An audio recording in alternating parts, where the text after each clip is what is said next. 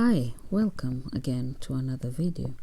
The recipe you need for the pumpkin soup are 1 pumpkin, 1 orange, 1 apple, 1 carrot, 1 red onion, 2 cubes of vegetable stock cube, 1 small piece of ginger, and a clove of garlic. I like washing everything else that needs peeling and washing in the sink first, and then on the chopping board and with a bowl next to me I prepare the pumpkin. I love the color of this one and how orange it really looks. So I've already prepared my clove of ginger. The stock cubes are ready. I'm just gonna clean the pumpkin and then I'll show you what else needs doing. You can see half of the pumpkin was easy to cut, but the seeds in this one was at the bottom. So I like to pull those ones with a spoon in the sink in case they jump around. But this one was really nice because it was so easy to remove them. It took a bit of strength, but it was neat to remove these ones. And then I rinse it, peel the peeling on the pumpkin, and I just add it to the metal bowl where the other pieces are waiting to be cooked.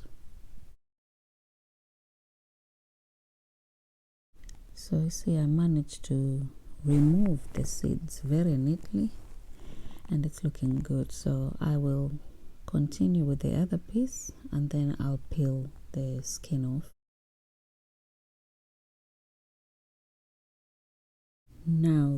Now that is done, we can continue preparing the apples. I like to remove the stem after I have peeled and cut them into cubes. And yeah, it makes just adding everything in easier because then they're already ready to go. So you want to cut the apples in the same cube sizes as the pumpkin or your carrot. I like to cut mine once or twice depending on how big the pieces are. And then we'll set these aside.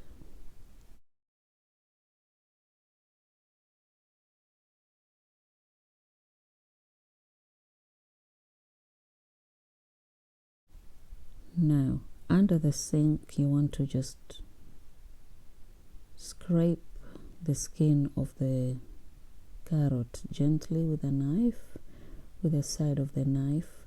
You don't want to peel it. I find when you peel it, you lose quite some of the carrot flesh itself. I normally would chop off any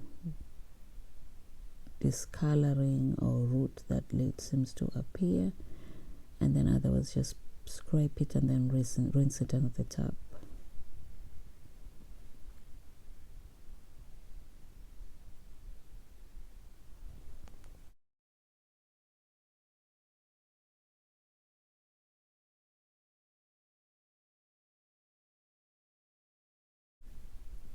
Next, I prepare my onion. I like to cut all layers until I get to the shiny part. Normally that's like 2 layers of the onion. Yeah, otherwise you find them a bit chewy and then it doesn't cook. The first layer is normally rough and then the middle layer is also, you want to be careful. It's kind of foily. It might not cook through. So I like to remove that also. And then I will rinse my onion and keep it aside. And then the next thing you want to do is peel your garlic. Now with the garlic, I'm not going to use the whole stem because I don't need all of it, otherwise it will be too overpowering. I'm going to cut it into the piece that I want, and then I'll cut off the top piece which is a bit dry just to tidy it all up and make sure that it cooks nicely. Also, if it's old, it has a funky smell sometimes when you cook with it. Now with the ginger, you don't need to use a knife. I actually use a spoon and you can see it peels much better, much gentler, and also I don't lose a lot of the flesh from it. So then I'll do that and then I'll rinse my ginger also and put it aside.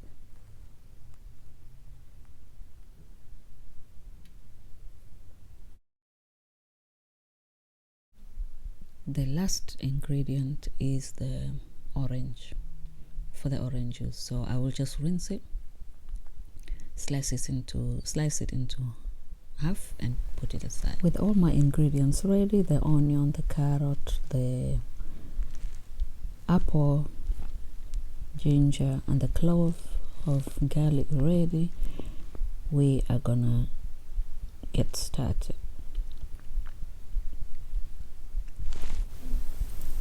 So in a pan on high heat, we're gonna put some olive oil, the ginger, the garlic and the red onion, and fry that for at least 3 minutes long. And then we let it fry on its own first before we add anything else. The first thing we're gonna add is the pumpkin.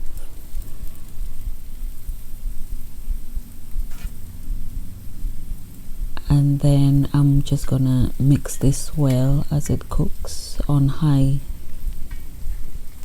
fire, because you want to have that taste or the flavor of grill or burnt pieces of pumpkin.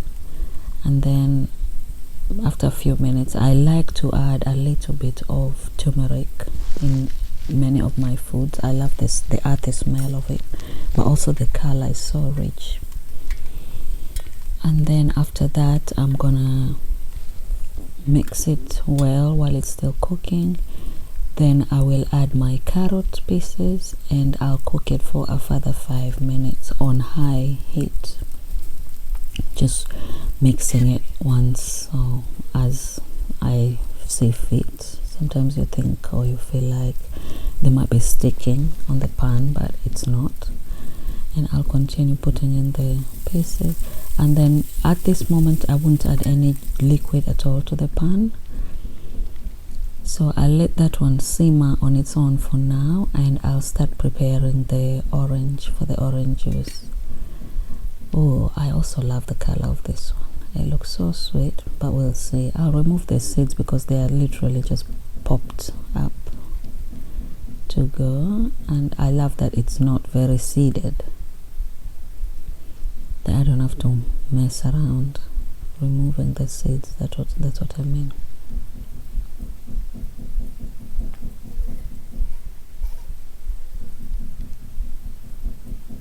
So I'll set this aside until the time when I really need to use it.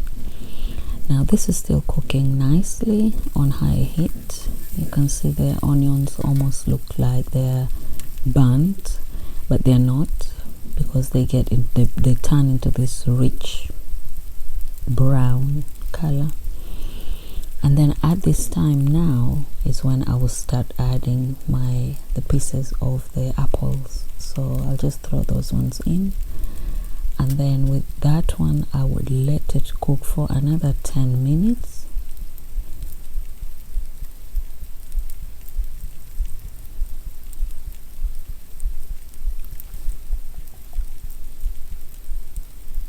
Still leaving everything to cook on high heat.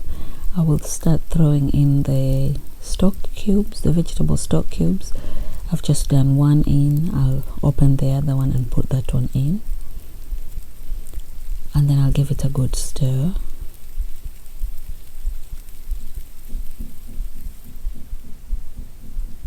Mixing things up, and then I will add some water. Now you don't want to go a bit overboard with the water. I like to pour water that only covers the content of the pan, because if I need any more liquid I will add that as I'm blending it down. Otherwise it gives you an opportunity also to try with other things. This soup is going to be altered. It's not going to only be water, so I'll show you what it is that I mean as we continue. Now with this I'm going to let it simmer on low heat now for 20 minutes.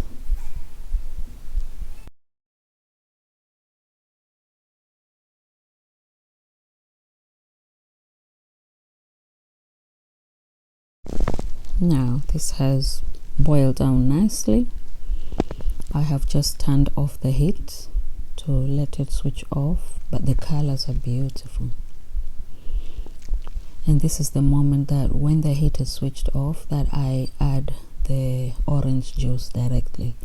Now you want to just add a few drops first to taste the sweetness of it, because orange juice in hot food or liquid or whatever, it blends faster, so you don't want to go overboard again also.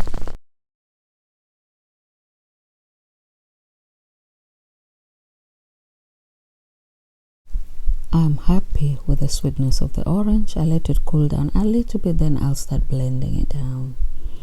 So you see, this is where I was talking about being mindful of the amount of water you add. I love this consistency. It's not so thick, but it's also not very runny. It gives me an opportunity to change or alter the recipe. What I decided to do was add a little bit of coconut cream, and it changed the whole flavor of the soup. And my son enjoyed the bowl. His bowl was the first one, and he had that for lunch. He literally fell asleep on the feeding stool as he was just finishing to eat. Thank you for watching. I hope you try the soup. If you do, please tag me in your own videos or pictures, or post it on Instagram. You can also follow me on Instagram. I'm under the name of Upendo Dula.